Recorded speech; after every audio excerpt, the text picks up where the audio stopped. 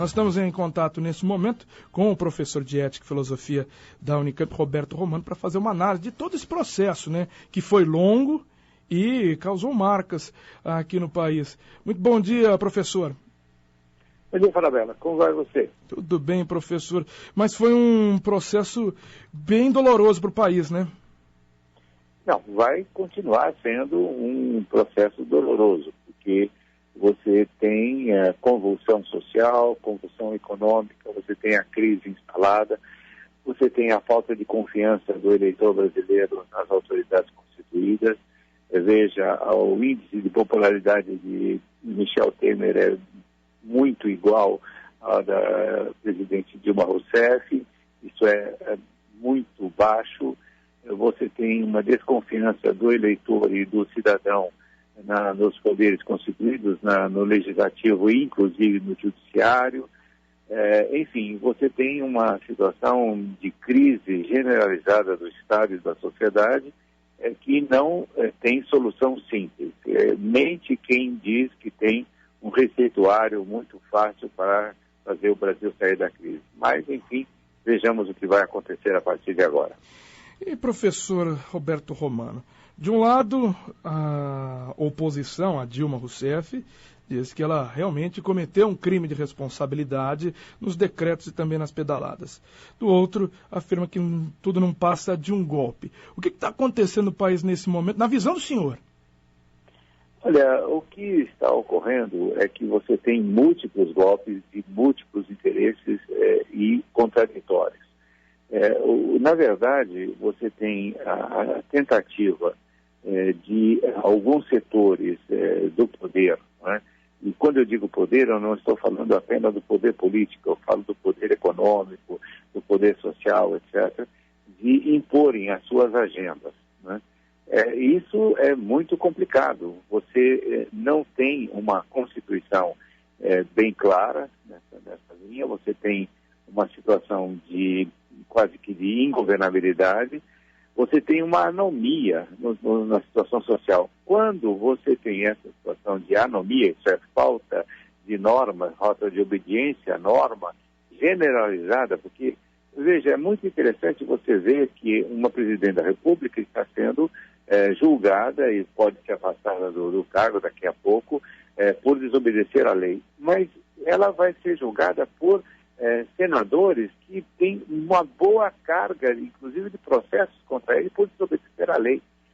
Aqui no Brasil nós temos isso. A lei foi feita para o mais pobre, foi feita para aquele que não tem garantias. Mas para quem está no Estado, ela é, na verdade, uma espécie de proteção.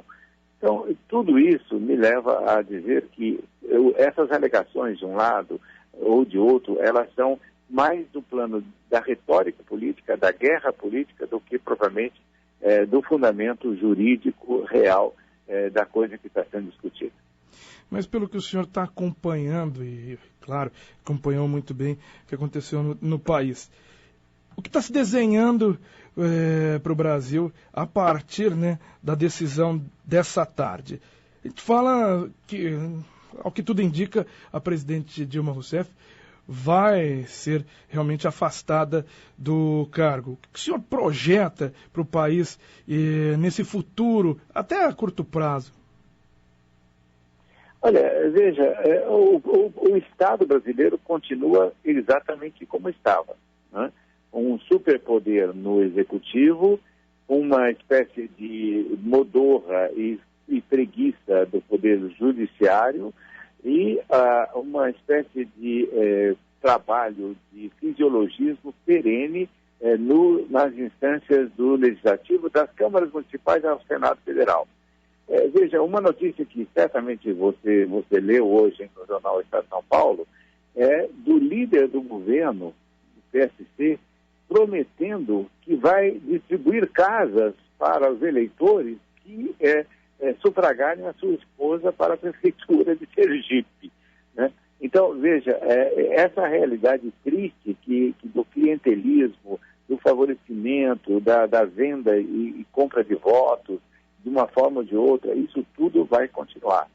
E é preciso, então, que seja feita uma série de modificações. Por exemplo, o presidente interino Temer acabou de dizer que ele vai privilegiar a descentralização do Estado brasileiro. Isso eu pago para ver, eu quero ver, porque eu defendo essa tese da federalização do Brasil, porque o Brasil não é uma federação, é um império disfarçado, né?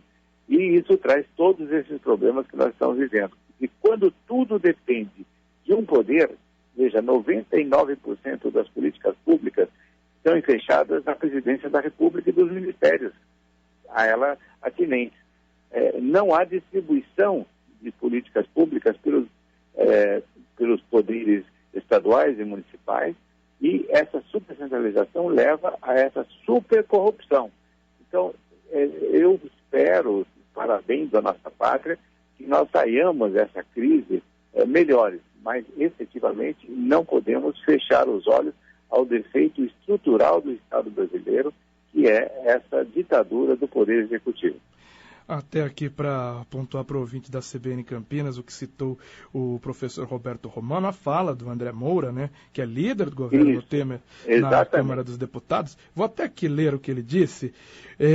Segundo André Moura, né, a frase do dia, né, e a gente coloca bem entre aspas essa frase do dia. O presidente da República, do qual eu sou líder, vai construir 70 mil casas populares no Brasil. Destas, 4 mil em Sergipe. E sabe quem é o único cara de Sergipe que vai distribuir onde vão ser construídas essas 4 mil casas? André Moura. Fazer o quê? Doa a quem doer. Essa foi a frase do nobre deputado, né? Veja, então, quando você tem uma máquina tão apodrecida como essa, trocar uma biela da máquina, ou trocar uma peça que às vezes é essencial, não resolve, né? Então, é preciso ter essa consciência. Você precisa, sim, modificar essa máquina, modernizar essa máquina, deixar que essa máquina não seja tão burocrática, tão pesada e tão centralizadora. 70% dos nossos impostos correm direto para os cofres de Brasília. Campinas é uma cidade que é riquíssima, que paga um imposto fantástico. E o que retorna para Campinas? Praticamente pouco. E depende aí da vontade dos políticos em esfera federal de conseguir esses recursos. Então, veja, esse tipo de modificação é o que precisa ser enfatizado. Nós temos que lutar para federalizar o Brasil. Essa mudança aí, até se fala sobre a mudança do Pacto Federativo, é o que o movimento dos prefeitos, né, tenta fazer há um bom tempo aqui no país. O senhor citou Campinas. Campinas até consegue ter, né, uma arrecadação com o que acontece aqui na cidade com o ISS. E as cidades menores? Tem que fazer aquela marcha dos prefeitos, que é passar, na verdade, né, beijar a mão do presidente e pedir dinheiro, né? Exatamente. E veja, há um outro dado que é estarrecedor. Há uma parcela muito grande de municípios brasileiros que não têm recursos próprios, que vivem dos aportes trazidos pela federação e pelos governos do Estado. O que são esses municípios? Cartórios eleitorais disfarçados, né? Nada mais, nada menos, né? Então, enquanto em Campinas você produz, inclusive deveria receber muito pelo que paga para o governo federal, no caso desses municípios, eles são parasitários. Eles vivem do dinheiro produzido por economias fortes como a da região campineira. E professor Roberto Romano, é claro que tendo essa decisão de afastar a presidente Dilma Rousseff, ela é a grande derrotada nesse período. Mas quem o senhor colocaria assim como o grande derrotado? É claro que muitos políticos, né, nesse período foram atingidos e todos, né, aí, na sua maioria tiveram quedas de popularidade muito bem acentuadas, mas quem sairia bem ferido depois de todo esse período? O patrono de Dilma Rousseff, chamado Luiz Inácio da Silva, né? Na verdade, o grande responsável por essa situação, né, de derrocada do seu próprio partido, que é o PT, pela derrocada do governo Dilma Rousseff, chama-se Luiz Inácio da Silva. Ele inaugurou essa política de se unir ao que há de mais conservador e mais, digamos assim, pouco ético na política nacional.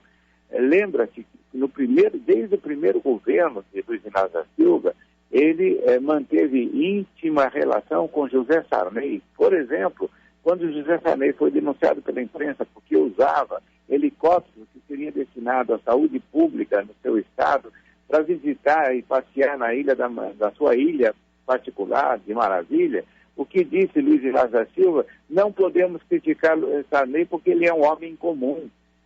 Na época eu escrevia artigos protestando e dizendo que todos nós, numa república, somos comuns.